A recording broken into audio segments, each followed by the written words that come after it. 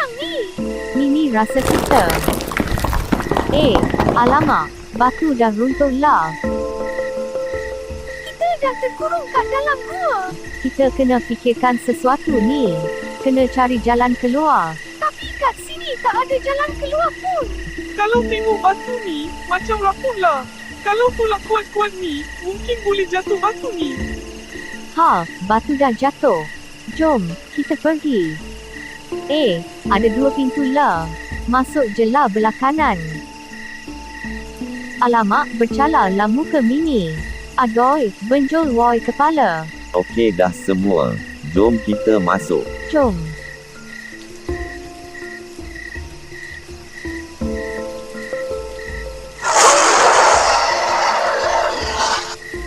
Macam bunyi beruang lah. Woi, saya takut lah. Saya takut.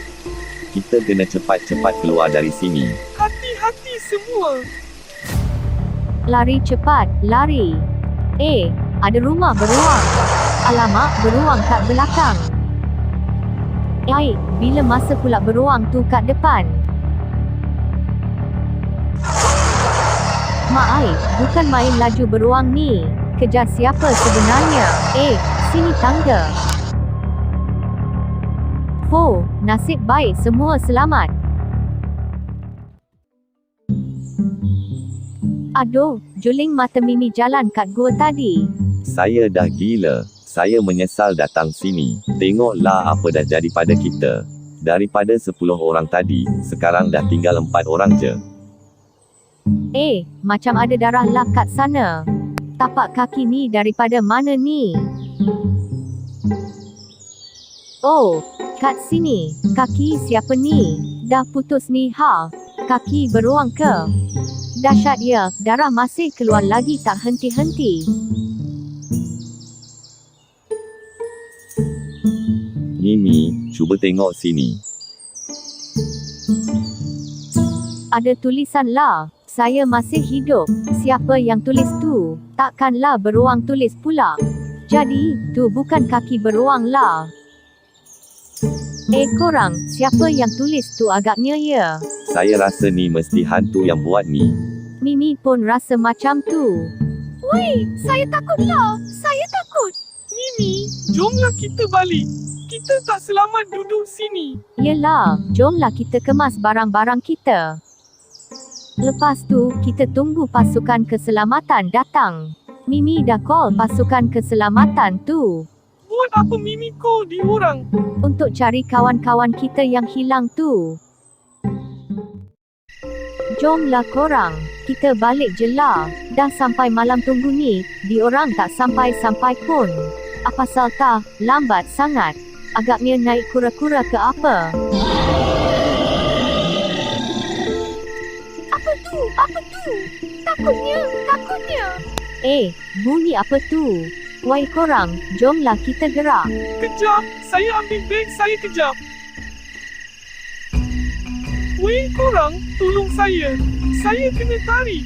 Tolong saya. Mana dia? Kita berpecah cari dia. Bel, kamu kat mana? Itulah, pergi ambil beg lagi. Kan dah kena tangkap. Bel, kamu dengar tak Mimi panggil ni? Saya kat sini.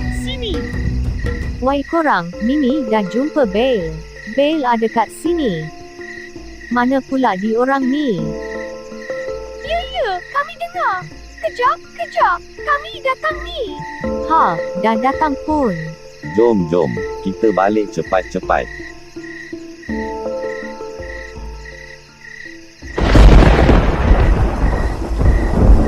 Alamak, hujan lah. Cepat, kita berteduh kat kemah.